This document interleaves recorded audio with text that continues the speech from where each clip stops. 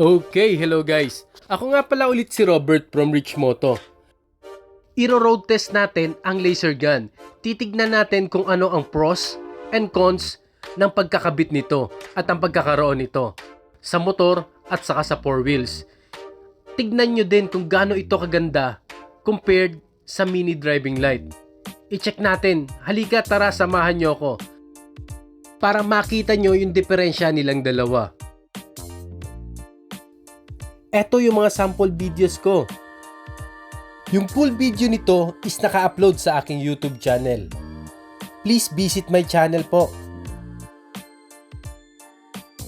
Marami po akong upload na ilaw sa aking YouTube channel. Iba't iba pong brand, model, comparison at testing. Sana po i-visit nyo po ito. Maraming salamat po.